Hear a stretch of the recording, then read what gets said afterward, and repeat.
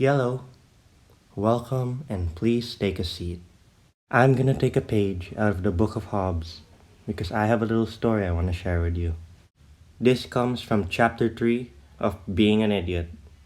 The story is called The Day I Lost My Dignity in front of my entire third grade class. The story begins in my third grade classroom. It was still early in the morning, maybe an hour before the bell rings and class would begin in session. So, as usual, I entered my classroom and went straight to my desk to unload my bag. So, the way the classroom was arranged meant that every desk came in pairs. So, you were assigned a specific person to be your seatmate. Your seatmate would be the one to grade your test paper before the teacher does. If we had a pair assignment, your partner would be your seatmate. Because of this setup, it meant you were more likely to become friends or get along with your seatmate. However, seatmates can change depending on your teacher and how much they want you to suffer. Luckily for me, I had the same seatmate for most of the third grade. It was this girl. Let's call her Anne. Anne and I got along really well. We were never close friends or whatever, but whenever we sit next to each other in class, we would have a ton of fun talking about random topics. I never saw Anne more than a friend, but she was my OG homie. She just had an aura of positivity that always seems to amaze me. It also turns out that Anne's parents were good friends with my parents, so we were able to hang out outside of school a few times. So back to the classroom. There were already a few of my classmates who arrived before me, but Anne wasn't one of them. I forgot what was special about that day. I think it was almost Christmas? All I knew we were celebrating something. So everyone had their little gift that they could share, giving out candies or ball pens and all that kind of stuff. We all got our little treats, but they were nothing compared to what Anne had for everyone. When Anne arrived to school, she would walk to each individual person in the classroom and give them a gift. I'm not sure if you know this character. He's called Domu-kun. He's a Japanese mascot, none that I ever heard of. But Anne gave everyone a Domu sling bag. And everyone just went, "Ah! Forget about the damn candy! This cheaply made illegal knockoff of a character I don't give a about. It's an absolute gift from heaven!" By this time, almost everyone in class had arrived to school. And it was a good 15 minutes before the classes would begin. So everyone already received their Domu sling bags. Except for me. Anne went to everyone, gave them a Domu sling bag, but didn't do any of that to me. None. I got nothing. I was so confused. She gave a sling bag to everyone, even the people she didn't like. Did I do her dirty?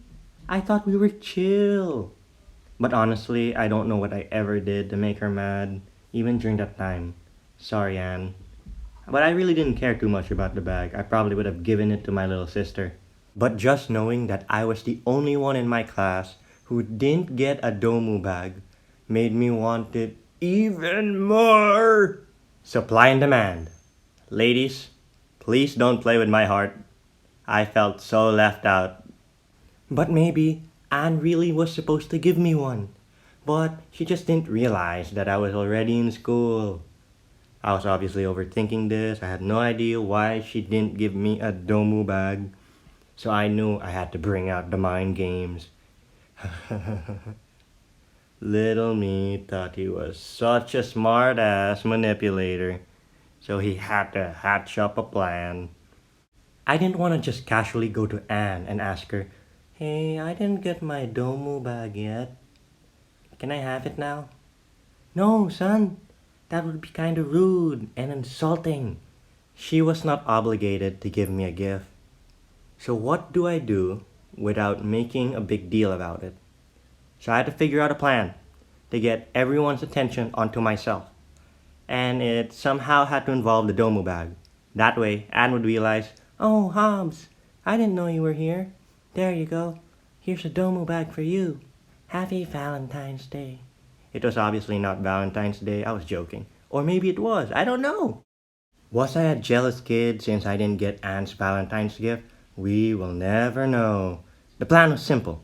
I would casually go to my friends who were still gushing about the Domu bag, and then I would talk to them about what's the big deal about the Domu bag. I mean, the face looks kind of scary. You'd probably get yourself injured if you touched the teeth. The teeth were actually just soft cushions. I just had to come up with something to get everyone's attention. It was needed for the plan. Then my friends would try to prove me wrong and try to convince me that the bag was cool and that there was nothing to worry about and it would somehow catch the attention of Anne. So that was the plan. Little me thought he was such a badass that he could get away with anything. I went to my friends and did exactly what I planned. My friends reacted the way I thought they would, but that didn't get enough attention onto myself for Anne to notice. So, I knew it was time for me to overreact. When my friends would tell me that I didn't have to worry about touching the teeth because it wasn't that sharp or dangerous, he wanted me to touch the teeth of Domu to prove that it wasn't sharp. So, I channeled my inner coward and tried to act like getting near the Domu bag would be the equivalent of my worst nightmare slowly consuming me.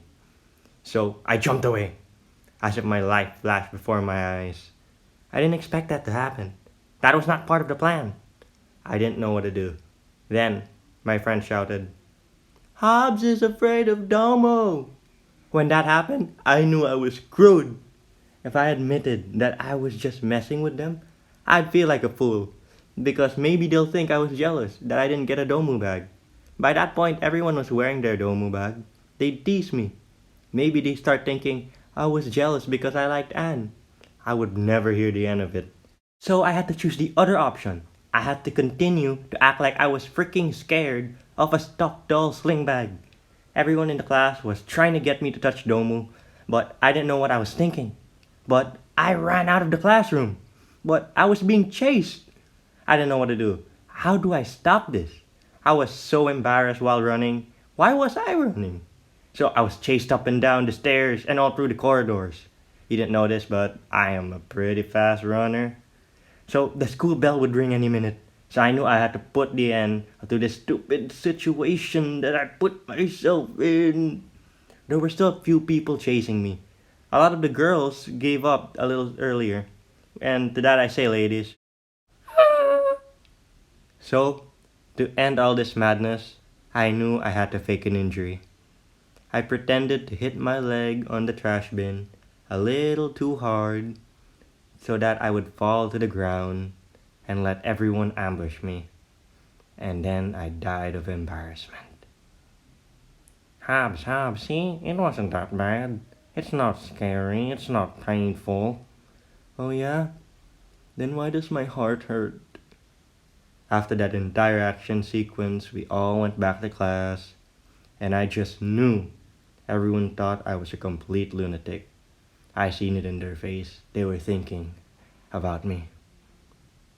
Looking back, I think the reason why she didn't give me a Domu bag was because she had a crush on me. Obviously, she didn't want to look so suspicious, sending me cues and signals. Of course, that's what it was. Of course, I knew what happened. I would know. I was on the honor roll. I was smart. I was obviously smart.